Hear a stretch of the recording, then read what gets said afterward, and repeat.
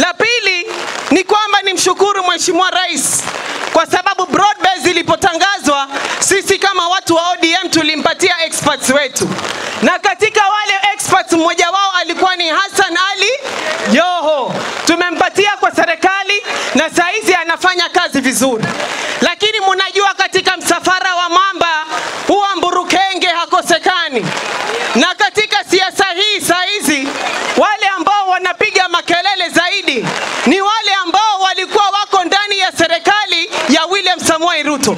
Unashangaa nikimuona kila masaa wa Munyoro anaposimama na kutukana hii serikali. Yeye wa Munyoro wakati alipokuwa ndani ya serikali, ni kwa nini alikuwa hazungumzi maneno yote hayo?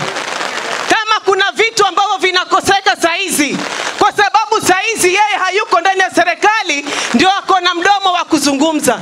Lakini pale yeye alikuwa ni deputy president, alikuwa amenyamaza kimya. Sisi hatutaki nyenyenye. Ukileta nyenyenye, fimbo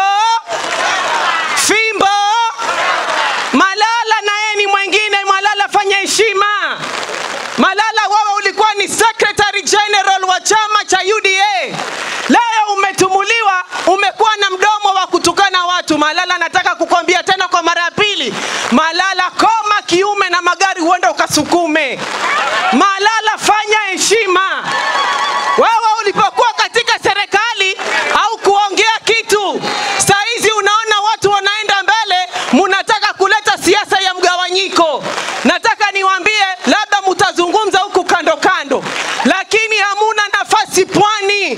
Pwani sisi tumeshaamua ya kwamba tunaongozwa na